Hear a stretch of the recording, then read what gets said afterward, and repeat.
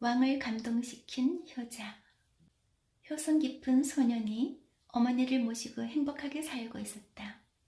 왕이 백성들에게 늙은 부모를 산에 버리라고 명령했다. 그 소년은 어떻게 했을까요?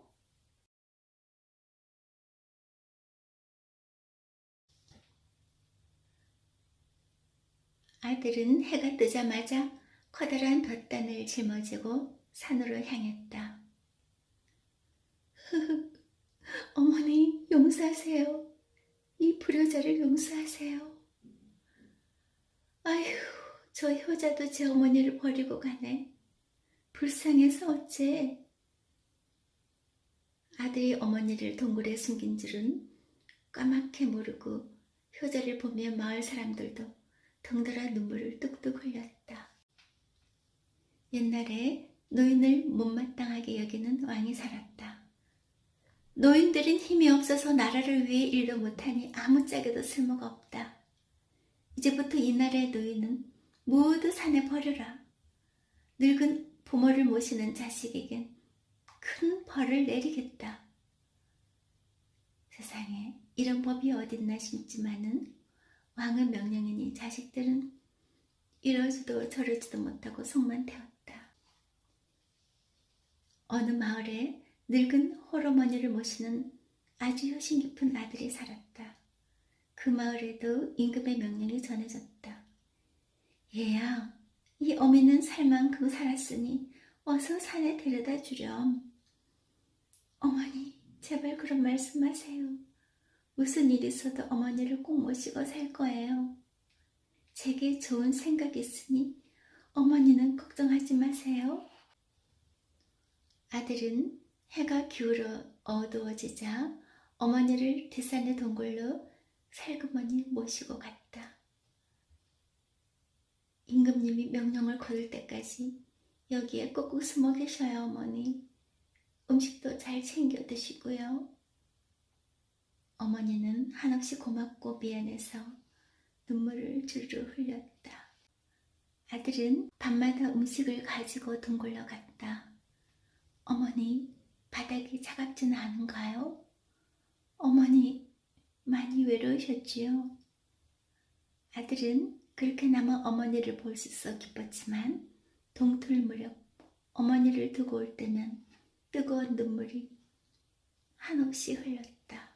그렇게 몇 달이 흐른 어느 날 소년이 장에 갔는데 사람들이 웅성웅성 수군거리고 있었다. 아저씨, 무슨 일이에요? 글쎄, 중국의 황제가 낸 3가지 문제를 사신이 가져왔는데 그걸 못 풀면 우리나라의 보물을 가져가겠다지 뭐냐. 그래서 젊고 똑똑한 선비들이 도전했지만 한 문제도 못 풀었다네.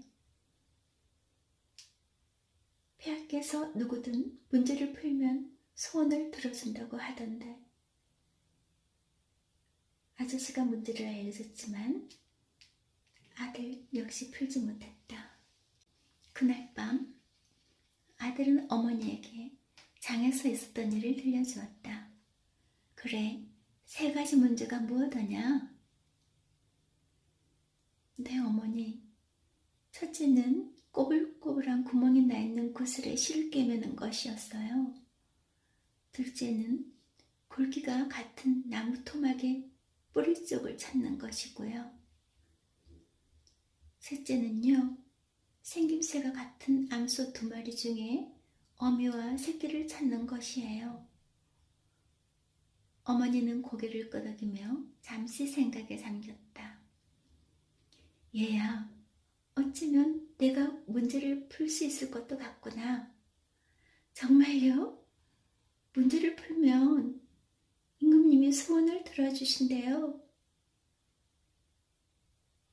그러면 어머니를 편히 모실 수 있을 거예요. 아들의 마음이 하늘에 닿은 걸까? 며칠 뒤 어머니가 답을 모두 찾아내셨고 어머니의 차근차근한 설명에 아들은 너무 놀랐다. 정말 놀라워요, 어머니. 저는 언제쯤 어머니처럼 시원해질까요, 어머니? 얘야, 주름살이 깊어질수록 지혜도 깊어지는 법이란다. 다음날 아들은 어머니께 인사를 드리고 궁궐로 향했다. 궁궐에서는 문제를 마치겠다고 찾아오는 이조차 뚝 끊겼으니 난리가 났다. 그때 바로 소년이 나타나자 조그만한 소년이니 왕과 신하들도 실망이 이만저만 큰 게 아니었다. 소년을 본 사신도 비웃자 소년이 당차게 말했다. 황제께서 낸 문제는 우리나라에서는 어린아이도 풀 만큼 아주 쉽습니다. 사신은 화가 나서 얼굴이 불그락 푸르락 하면서 첫 문제를 냈다. 꼬불꼬불한 구멍이 난 저 구슬에 실을 끼워라. 그러자 소년이 개미 한 마리와 실과 꿀을 가져다 주세요. 궁녀들이 가져오자 소년은 개미 허리에 실을 빙 둘러묶고 구슬의 한쪽 구멍에 꿀을 착착 발랐다. 실 묶은 개미를 반대쪽 구멍에 살짝 밀어넣자 꿀 냄새를 맡은 개미가 길을 찾아 반대편 구멍으로 포르르 들어가자 구슬이 실에 쏙 끼어지니 신하들은 깜짝 놀랐다. 사신은 조금 당황했으나 곧 다음 문제를 냈다. 그럼 굵기가 같은 이 나무 토막의 뿌리 쪽을 찾아보아라.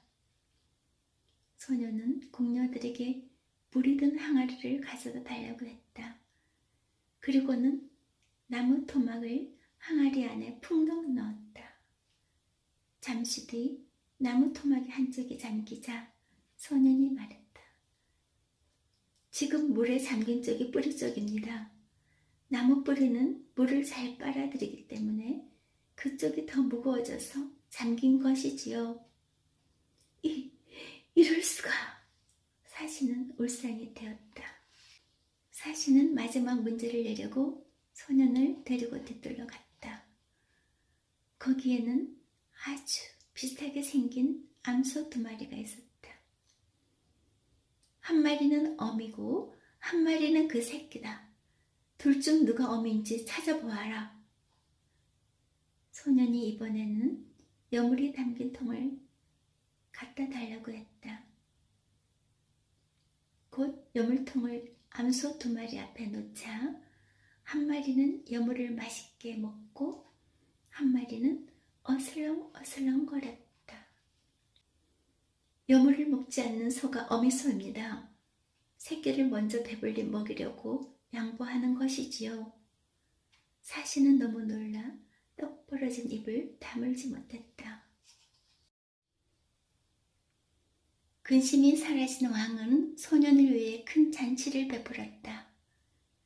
자, 소원을 말해보아라. 벼슬을 주랴? 돈과 땅을 주랴? 그러자 갑자기 소년이 눈물을 뚝뚝 흘리며 무릎을 꿇었다. 폐하, 저는 폐하를 속인 죄인이옵니다. 소년은 그간 어머니를 동굴에 숨겼던 일과 답을 알려주니까 어머니라는 사실을 모두 털어놓았다. 이제야 왕은 자신의 잘못을 깨달았다. 죄인은 내가 아니라 나로구나. 너희는 쓸모없다는 어리석은 생각으로 씻을 수 없는 큰 죄를 지었다. 그 뒤 왕은 백성들에게 새로운 명령을 내렸다. 앞으로는 정성을 다해 부모를 모시는 효자와 효녀에게 큰 상을 내릴 것이다. 소식을 들은 사람들은 단숨에 산으로 달려갔다. 사람들은 모르게 꼭꼭 숨겨둔 부모님을 다시 집으로 모시고 돌아왔다.